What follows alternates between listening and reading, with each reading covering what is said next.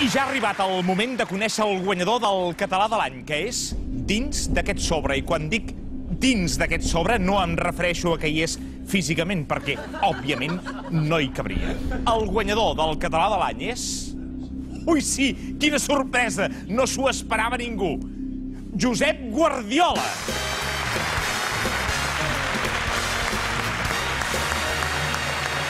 Avui en Pep no és aquí perquè es troba concentrat amb els seus jugadors a l'espera de jugar el partit de demà contra l'Stuttgart, però podem establir connexió en directe amb l'hotel de concentració del Futbol Club Barcelona. Josep Guardiola, bona nit. És veritat, havia oblidat que en Pep no concedeix entrevistes. Per tant, aquesta és l'entrevista ideal, una entrevista en la que només parlo jo. Com dius? Que vas votar pel tricicle. Ah, no. Que has vingut en tricicle. No, que de petit tenies un tricicle. No, tampoc. Que t'han robat el trajo i per això vens amb xandall. D'acord. Molt bé, Pep, a qui dediques aquest premi? Al xandall. Ah, no.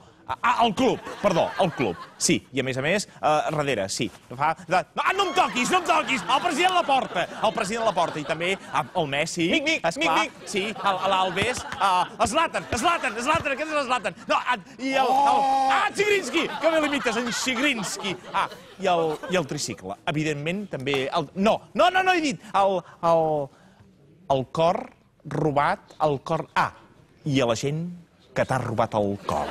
Vaja, sembla que Josep Guardiola, sí, ens indica que vol anar a dormir.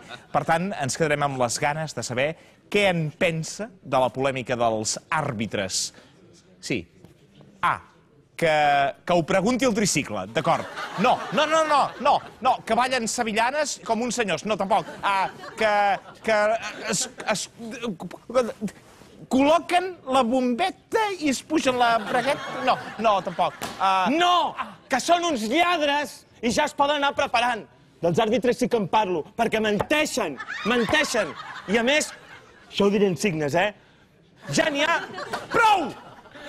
I quan jo dic prou, és prou!